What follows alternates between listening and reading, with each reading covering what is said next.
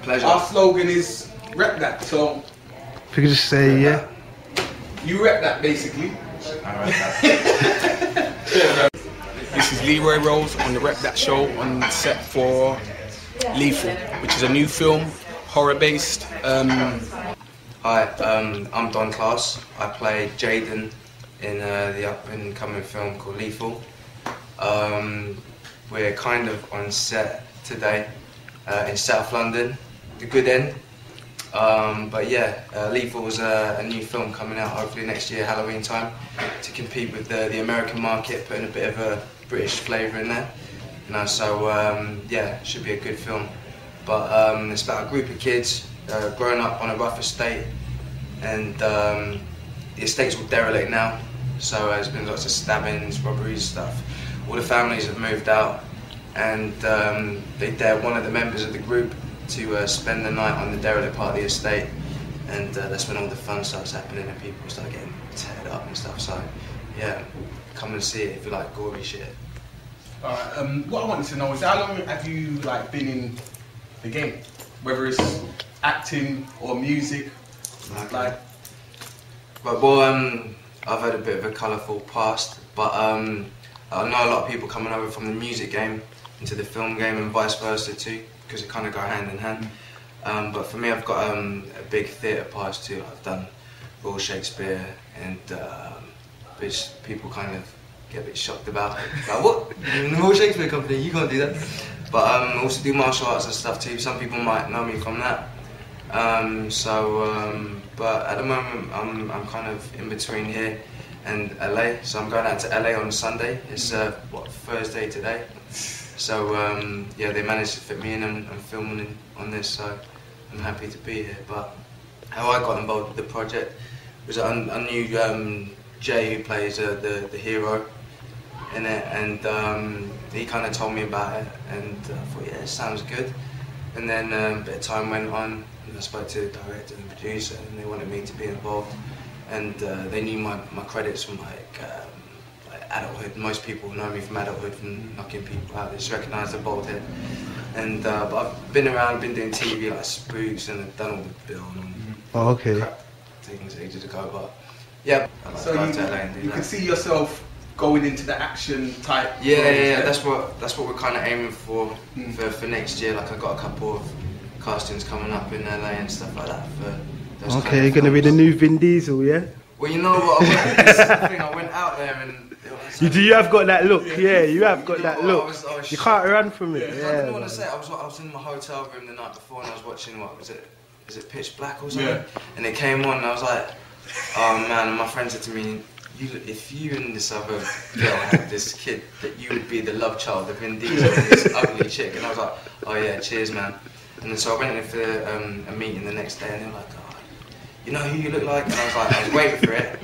And I went, oh yeah, Brad Pitt, and I get that all the time. And they were like, man, you look like a mini Vin Diesel. And I was like, oh, you know what, fuck it, I'll take it. Yeah, man, So, it's all applause.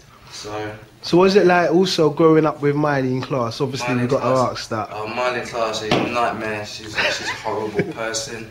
You know, no, she's cool. She's cool. I've got another sister too called Jessie. So She's a producer, isn't it? Or something? yeah. Ooh, someone's been doing Do that. little research, yeah, man. Google's dangerous, man. It's dangerous.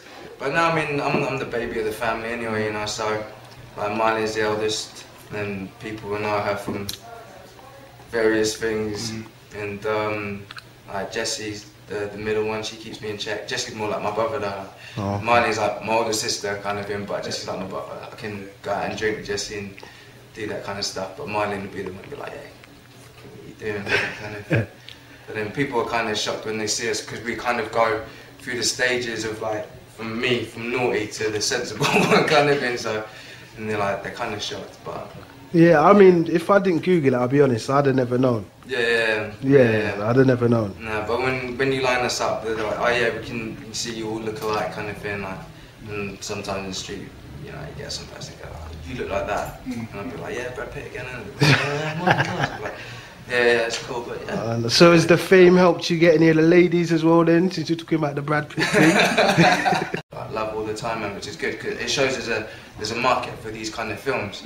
That's funny you should say that, because we did an interview with Snakey Man about a month ago. Yeah. And we asked him the same thing, and he said that he gets a lot of negative attention since he's been in adulthood, and that he has a lot of problems. Though, man. Is it? Yeah, Arnold. Yeah.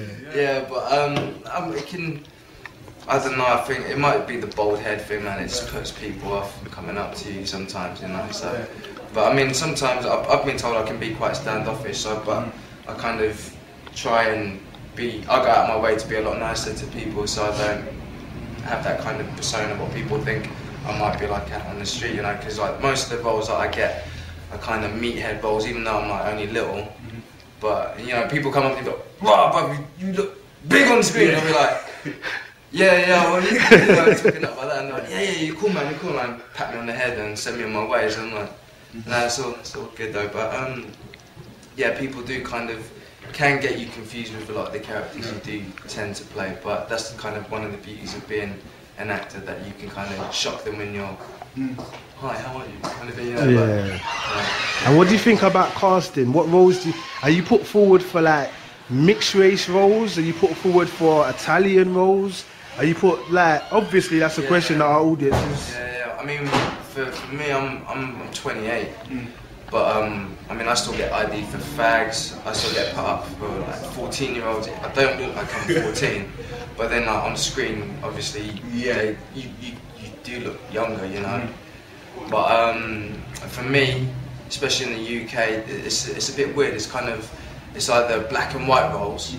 There's not really an in between. I mean, the Indians got a little bit of a taste a few years ago with the whole Bombay Dream stuff, and then everyone was like, "Oh yeah, it's cool to be Indian again." So like, and then now Sean Jay is doing his thing and stuff, and now he's exploded in the States. But when you go and audition over in America, of course, everyone's there. So you've got black, white, Latin, Mexican, Asian, Indian, Oriental. I've played Muslim, gay, white, black, mixed race. You know, whatever they think they can get away with at the time. You know, so I don't know what I am at the moment. Probably Gollum, best weather, bit pasty at the moment. So, like, final question: music. What music is taking you at the moment? What do you listen to at home as opposed to what you hear on the radio? Yeah, you know what? With the music thing, everybody always asks me that because when they meet me, they're like, "Oh yeah, you're quiet, but then sometimes you can be a bit." So, in a way, your music kind of can say a lot about you. Yeah. And I know people get a bit iPod shy. And they're like, "Oh, don't check my iPod because there's a bit of Kylie in there," or something like that, you know.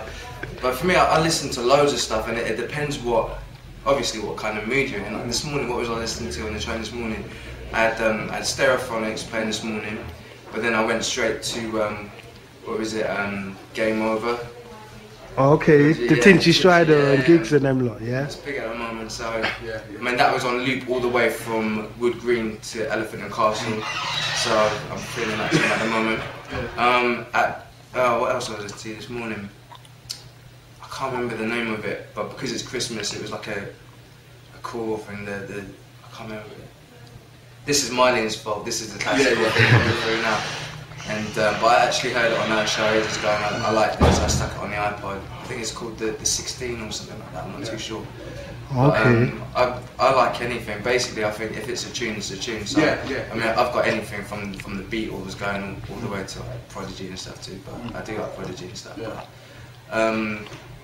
and also, I feel a bit of a dick saying it because I've worked with him, but I do like Plan B stuff. But he's heavy. He's heavy. Like his older stuff. You know? And people say, "Oh yeah, Plan's gone all commercial and stuff," though. But the way he does it, he's probably one of the most articulate people around at the moment. That Mr. Cool tunes is a banger. I'm more of an underground person, whether it's instrumentals or, like you're saying, classical or jazz. That's more me. And I like jazz too, man. And Stevie Wonder, I love Stevie Wonder, man. Like, I was listening to Steve the other night, and actually, I love NERD too. Not really on their latest album, but one before that was good. And Lap Dance, that was kind of like my kind of entrance tune Yeah. for like 2 years solid. Every time I went out, I always had to have lap dance on. But yeah, I'm not really feeling anything from the US at the moment. Yeah, it's dropped off. We're creaming all over there, man. When I went over there, all their tunes sound the same. It's just down south. Blah, blah, blah. It's just rubbish, man. It's just rubbish. And they think it's good, so hopefully if a film like we're making now can kind of bring out some new tunes and kind of get its way into their market too, you know. Yeah. So it's all about 2011. It is, but I don't feel like we have to impress the Americans anyway. We do it for us, you know. We make these films for us. Yeah. But it's nice to be part of American projects, but these films are British. Another question is like, do you feel like, because an example is Idris Elba as an actor. Like obviously he done quite a few things over here, but when he went to America, he kind of blew up. So who's that? You're saying? Idris Elba. Right. Yeah. So in that, do you feel that we get the recognition over here? Yeah. Or do you feel that sometimes we need to go to America to actually explode for the media to then look at us and say, okay, you're ready?